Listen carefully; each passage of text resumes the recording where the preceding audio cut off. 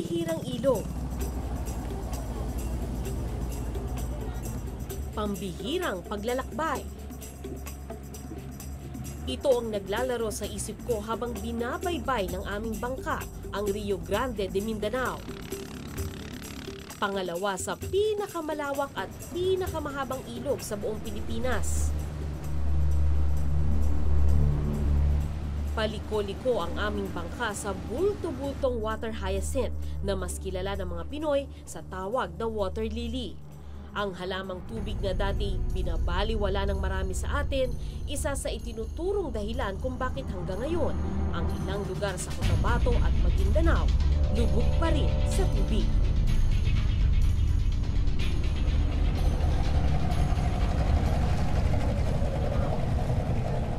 Habang sumasalakay ang mga dambuhalang kumpol ng mga water hyacinth,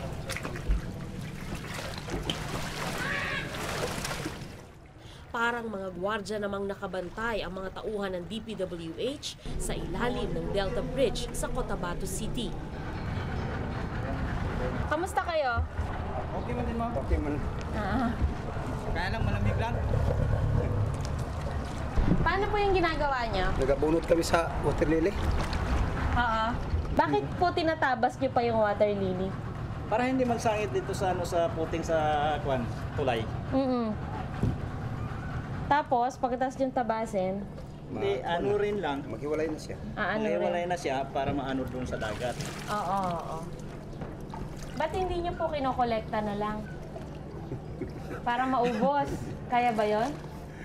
Hindi kaya. Hindi kaya? Bakit Hindi po? kaya talaga kung... Karami-rami yun. Masyadong marami. Oo. Kaya ba niya sumira ng tulay? Kaya! Kaya ito pabagsakin eh.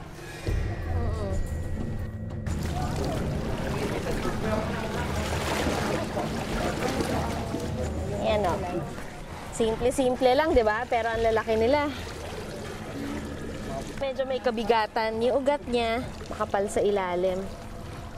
Kaya pala sinasabi nila, pag masyadong marami, kaya niyang magpatumba ng tulay. Habang nag-usap, hindi namin napansin ang pagdating ng bulto-bultong water hyacinth. Ay, ang dami!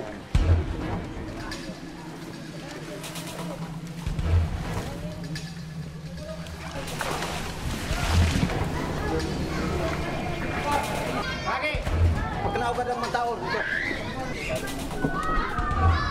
Tulang ba? Tulang. Napapaligiran na kami ng water hyacinth. Kasi nung dumating sila, isang bloke talaga sila eh. Grabe, kaya pala sinasabi nila attack of water hyacinth. Dahil pag nakatayo ka dito, tapos nakikita mo sila na palapit sa'yo, para kang inaatake talaga. At medyo nakakatakot siyang tingnan dahil para silang mga isla na papalapit sa'yo. Ang laki!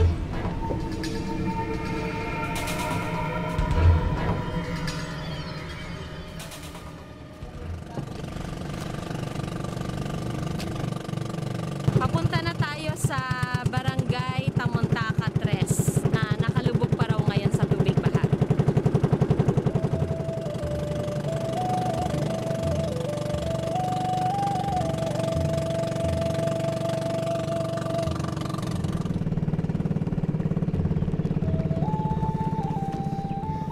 Maganda umaga po. Kumusta po kayo? Paano kayo nakakalabas dito? Pamot dyan, sinasakyan namin. Namamangkada lang. May kalsada man na konektado sa kabayanan, lubog naman ito sa tubig baha.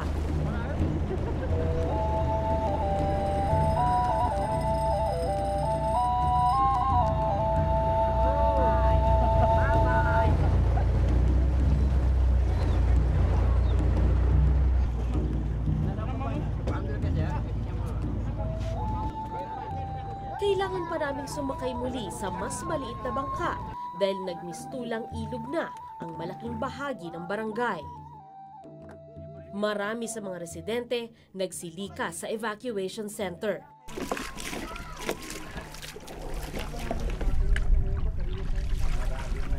Pag hinangin ng kap, no? Pero napansin kong may ilan na hindi lumikas at parang mga bilangguna sa loob ng kanilang bahay. Dahil isang buwan na ang baha sa kanilang lugar, isang buwan na ring hindi lumalabas ng bahay si Lola Cadiglia at kanyang apo. Nasira na ng tubig ang ilang bahagi ng kanilang bahay.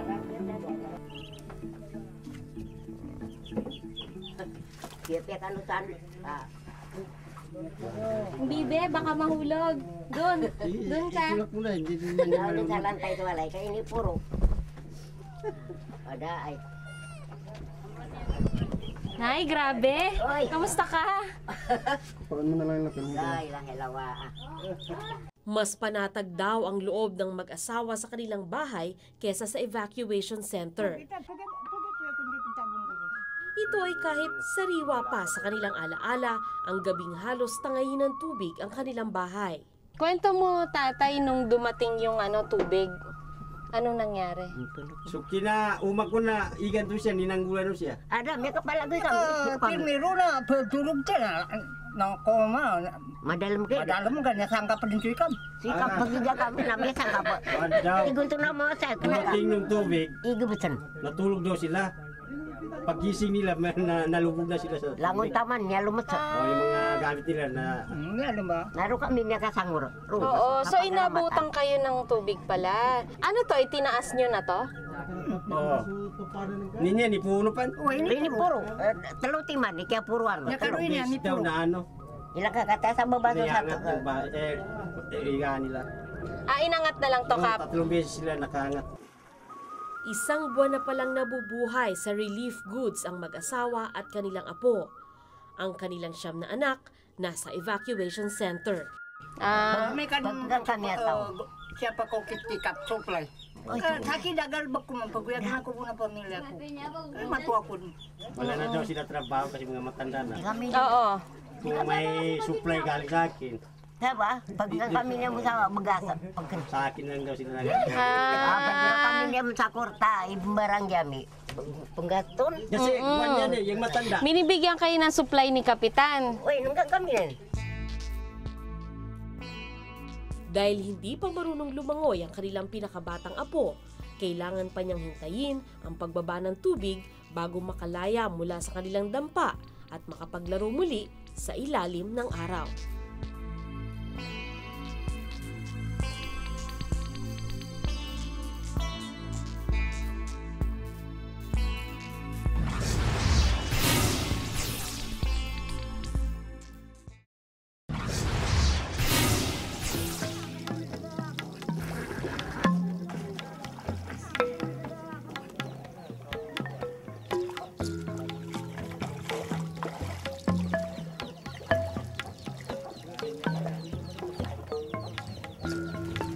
Tao po.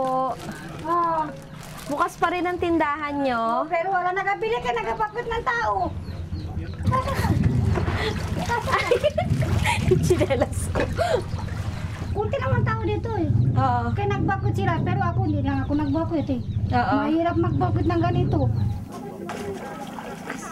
Dahil isang buwan na ang baha sa Tamuntaka 3, parang ordinaryong araw na lang ito para kay Aling Norma. Yan eh. Sa taas, naabot na ng tubig. Pati yung ref mo? Oo, naabot na ng tubig. Yung rep ko doon ko nilagay sa katray. Oo. Yung kutsyon ko nilagay sa taas. Ito dati ang kusina mo. Oo, ito lang yung kusina ko. Oo. At yung bigas ko ng 2 sako, okay, bita ko yan. O, buti naman hindi nabasa. Oo, muntik na maabot ng tubig. Eh, ba't di ka na lang nag-evacuate? Kaya nga, hindi ako mag-evacuate. Baka merong makuha sa mga ari-arian ko ba? Eh, hindi ka ba natakot? Ang laki-laki Ay. ng baha. Natakot ako, pero nagbili ako ng bangka. O, nagbili ako, eto sa... Ha? O, nagbili ako. Ang mahal naman. O, ang mahal kay kasko man, kasko sa pambot. Ginalagyan ng pambot. Sabi ko, kahit magbaha, masyado malalim ang tubig, doon lang ako magsakay. Kumbaga, ready ka na lagi Oo, dahil meron ka ng Sakyan. bangka, Oo. sariling bangka. Oo. Kahit ang Bakit? Gaano kadalas ba bumaha dito? Bakit kailangan mo ng sariling bangka? Baka bigla ba? Magtaas ang tubig. Kaya araw-araw man yun nagtaas ang tubig eh. Bakit man na? Akyate, baka So, ito ang kwarto mo. Umakyat dito ang tubig? Oo, umakyat. Ito ang nabot niya. Oo. Yan ang nabot ng tubig. Noong 2008, bumaha na rin daw sa kanilang lugar, pero higit daw na mas mataas ang inabot ng tubig ngayon kesa dati. Nandito dati yung pahingahan nila Aling Norma, pero dahil nga lumubog na sa tubig yung bahay nila, dito na rin sila umiihi.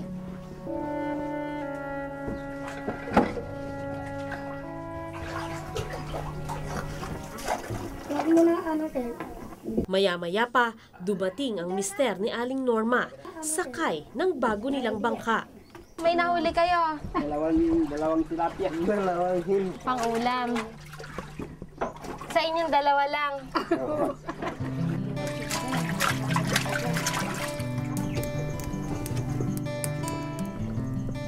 Dahil may nakaimbak na bigas ang mag-asawa, pang-ulam na lang ang pinoproblema nila sa araw-araw. Kung tutuusin, maswerte pa sila. Marami kasi sa mga residente dito nanganganib magutom sa mga darating na araw dahil ang tinanim nilang palay winasak ng baha. Dito, ekta-ektaryang taniman ng palay ang nilamon ng tubig. Yung mga magsasaka dito, napilitan ang maghanap ng ibang ikabubuhay dahil yung lugar nila, mistulang Waterworld.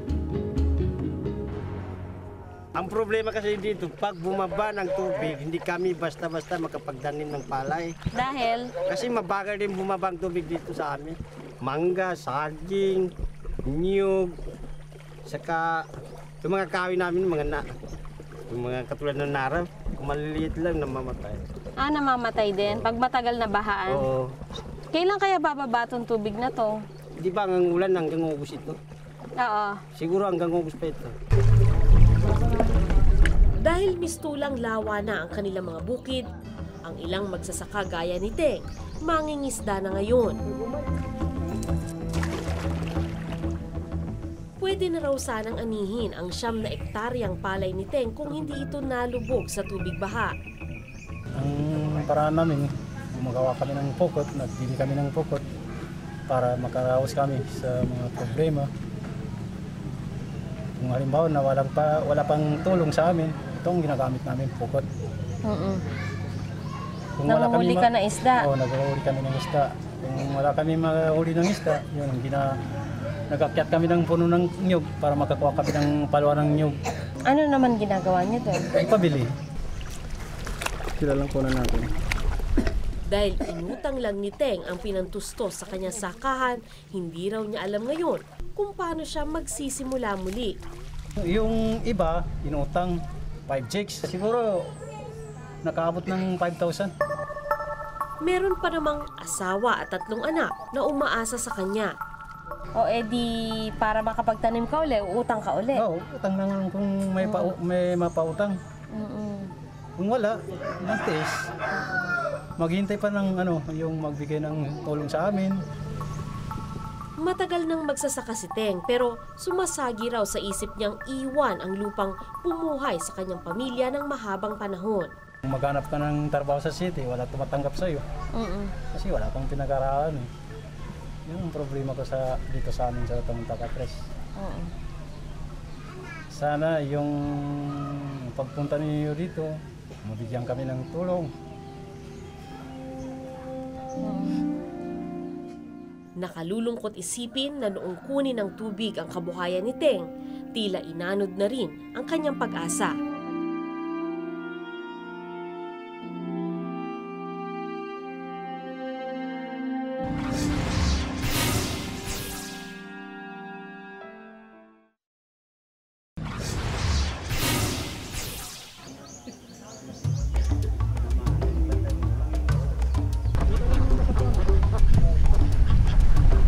Sa aking pag-iikot, naisip kong malamang marami pang tulad ni Teng sa barangay Tamantacatres. Kung pagbabasehan ang mga lupang sakahan na inagaw ng water lily mula sa mga may-ari nito. Wala yan dati dyan. Wala. Kanina man nagpalay yan. Tapos, ano nangyari? Nung tumubo ang water lily, wala na, hindi ka na pwede magtanim. Saka hindi na natatanggal yung tubig dyan. Noong 2008? 2008, hindi na ito nalis. Nung bumaha nung 2008, Oo, hindi na nawala. hindi na. Pangamba ni Kapitan, pati mga bahay nila, pwedeng mawasak sa isang galaw ng pulu-pulutong at ekta-ektaryang water hyacinth. Parang tinitake over na ng water lily yung mga bahay. Napadaan din kami sa nag-iisang public elementary school sa lugar. Nalaman kong isang buwan nang walang klase dito. Bukod kasi sa lubog pa rin ang eskwelahan, marami sa mga teacher at estudyante, biktima rin ng baha.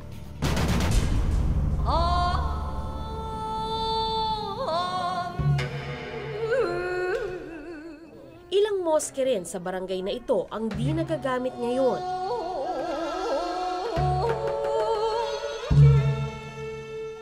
Pero pagdating pala sa kanilang pananampalataya, Allahu Akbar, Allahu Akbar, Allahu Akbar, Allah. hindi patatalo sa tubig baha ang mga taga rito.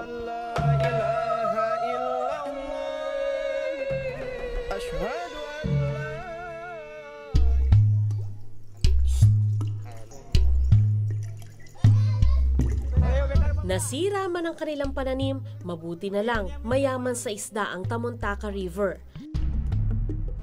Sa gilid-gilid na nga lang ng kanilang mga bahay nangingisda ang mga kalalakihan. Malalim ba dyan? Medyo malalim din, no? Ano yung hinuli mo? Patingin?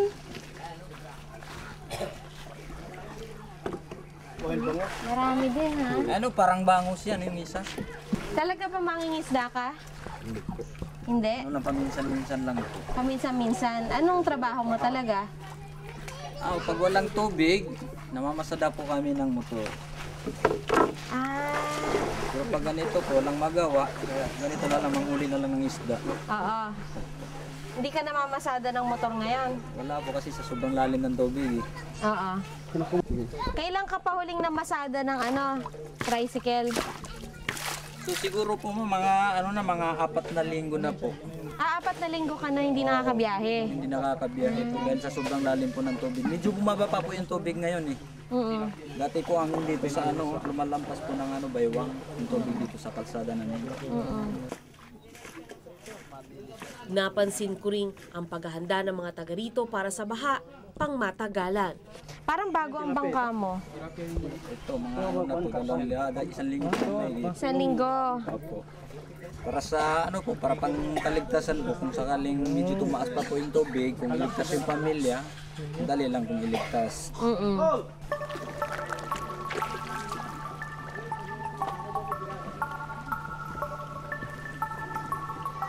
Habang nangingisda si Rusty, naisipan kong puntahan ang pamilya niya.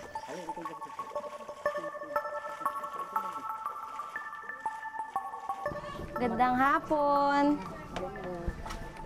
Makita kayo doon ni Ate Ros. Galing niya Manila eh. Oo. Magdadalawang buwan pala kami. Ilan ang anak nyo? 6. 6. Nasaan? Ayan. 1, 2, 3, 4, 5, 6. Kompleto. Oo nga eh. Yan. Hindi mo pinapayagan maglaro sa baha? Ay, hindi. Bakit? Eh, siyempre, alam mo naman na baka mamaya mamatay sila. Oo. Natuto na si Nor na pakisamahan ng baha. Dahil mistulang ilog ang harap ng kanyang bahay, doon na rin siya naglalaba. Diyan din ako naglalaba, araw-araw. Ano pa yung ginagawa mo dyan sa tubig na yan? Eh, pagugas namin ng plato. Dito ka na rin nagugas ng plato? Pero okay lang yung pangugas ng plato, pangligo. Pero paminsan, pag nagliligo ako, nagigib din ako ng nawasan ng tubig. Kasi kumakat yung katawan ko. Dahil 1 buwan nang walang pasok sa eskwela, katuwang ni Nor ang kanyang panganay na anak sa bahay. Bakit gusto mo na wala yung baha? Kasi para makapag-aral ako. Makapag-aral ka? Ano ba yung nangyari sa eskwelahan nyo? Nalubog. Lubog? Hanggang ngayon nakalubog? Hanggang saan yung tubig? Malalim hanggang sa bintana niya. Hanggang sa bintana, no? So, tingin mo kailan ka makakapasok sa school? Pag mawala na yung tubig. Itas mo yung Maya-maya pa, dumating na si Rusty na may dalang relief goods mula sa DSWD. Sigurado na ang pagkain ng buong pamilya ng ilang araw. Pero walang katiyakan kung hanggang kailan darating ang tulong para manatili silang nakalutang sa daloy ng buhay.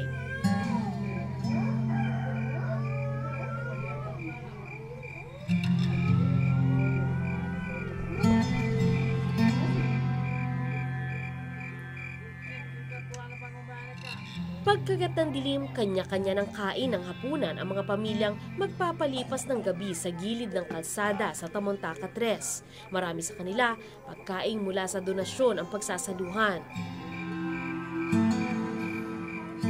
Hindi man komportable sa kasalukuyang kalagayan, ang mahalaga raw, isang araw na naman ang napagtagumpayan.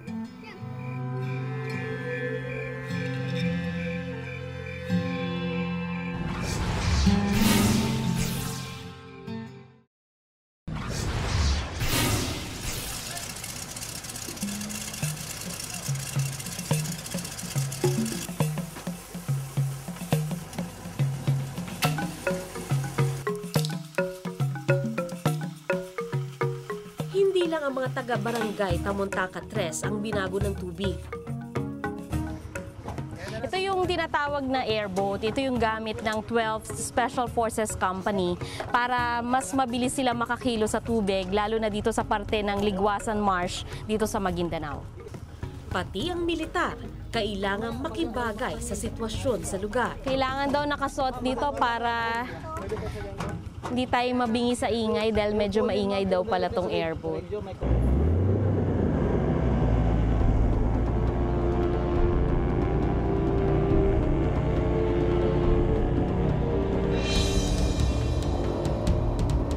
Sa disenyo ng airboat, parang dumudulas lang kami sa ibabaw ng mga water hyacinth at talahib.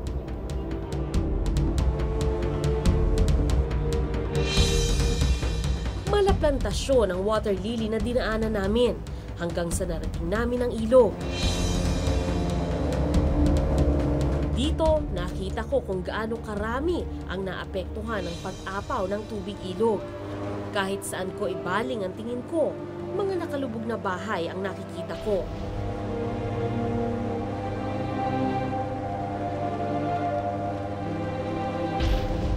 Pero sadya raw bahain ang lugar na ito.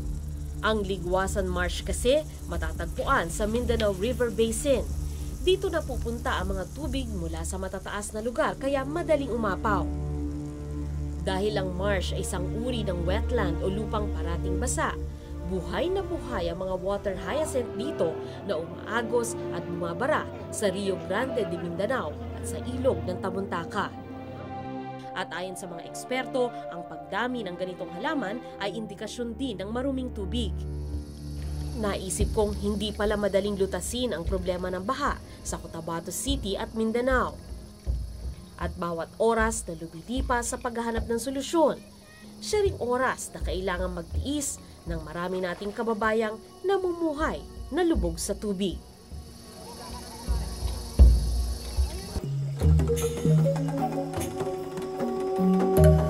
Ayon sa mga eksperto, isang dahilan ng pagbaha sa Cotabato at Maguindanao ang pagkakalbo ng bundok sa paligid ng Mindanao River Basin. Sinabayan pa raw ng hindi na kontrol na pagdami ng mga water hyacinth na bumara sa mga daluyan ng tubig. Isa sa naisip na pangmatagalang solusyon ng Presidential Task Force on Mindanao River Basin ay gamitin ang mga water hyacinth na ito sa paglikha ng enerhiya.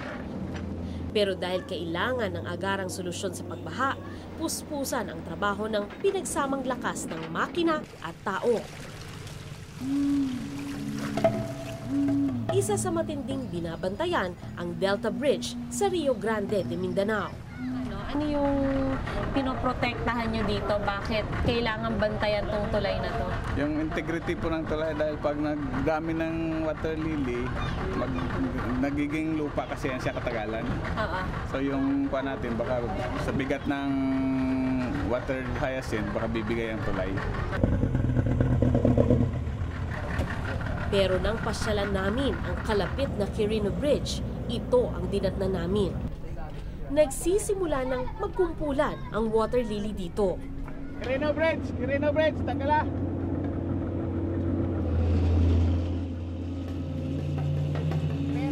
Isa sa pinanggagalingan nito, ang ilog na ito na ngayon mukhang kanal na dahil sa lupa at water lily na nakadeposito dito. Dahil sa dami ng water lily na naipon dito noon, nagiba ang malaking bahagi ng Ulandang Bridge.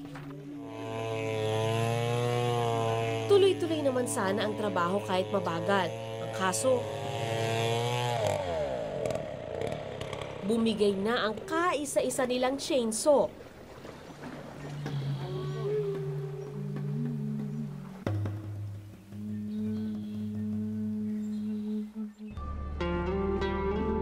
Kung iisipin, napakaliit lamang ng tao kumpara sa kanyang kalaban. Kaya naman hanga ako sa kanila na patuloy pa rin nakikipagbuno sa maladambuhalang halaman. Para muli silang makapagtanim, makapaglaro, makapag-aral, makapagdasal, at masigurong sila ay manatiling lutang sa gitna ng baha. Magandang gabi po, ako si Sandra Aguinaldo at ito ang Eyewitness.